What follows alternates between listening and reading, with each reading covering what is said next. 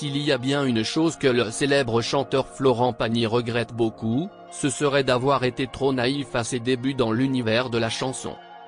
L'artiste de 60 ans se dit même avoir été berné. Chanteur emblématique, Florent Pagny regrette d'avoir été trop naïf à ses débuts. Il avoue même avoir été roulé. Ainsi, c'est sans doute pour éviter à Nour, la grande gagnante de The Voice, de vivre les mêmes épreuves, qu'il lui a donné des conseils. Lors d'un entretien accordé au magazine Ici Paris, la jeune femme balance tout. Il a été un papa pour moi. Il m'a dit qu'il était très fier de moi, j'ai été touché. Je le trouve très courageux, a confié la jeune chanteuse en faisant référence au cancer de son coach dans le télécrochet de TF1. En effet, Florent Pagny mène un combat acharné contre un cancer de poumon depuis quelques mois. Fort heureusement, après ces séries de chimiothérapie et de radiothérapie, les résultats sont positifs.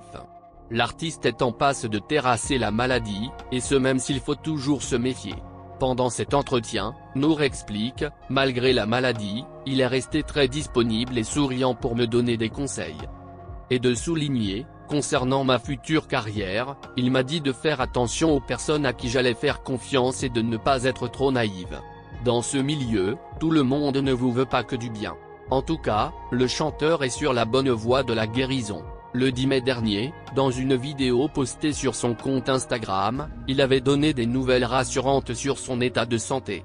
Visiblement très confiant, Florent Pagny a déclaré « Il ne me reste plus qu'une séance de chimio. Et je peux vous dire que je vais très bien », avant de préciser « La tumeur, qui était grosse comme un kiwi, s'est transformée en une noisette ». Une bonne nouvelle qui sans doute a ravi les proches de l'artiste, mais aussi ses fans.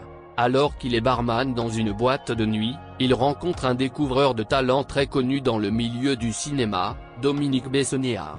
Celui-ci est à la recherche de jeunes comédiens. C'est comme cela que Florent Pagny commence sa carrière d'artiste. En 1987, il sort un premier 45 tours n'importe quoi. Sur un texte parlant de la drogue et de ses ravages, le jeune chanteur tente de sensibiliser les adolescents à ce problème.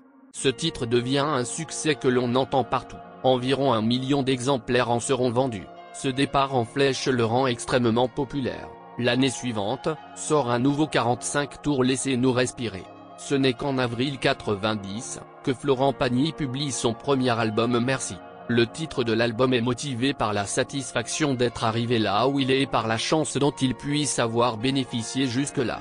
Pourtant le personnage public est parfois épinglé par la presse.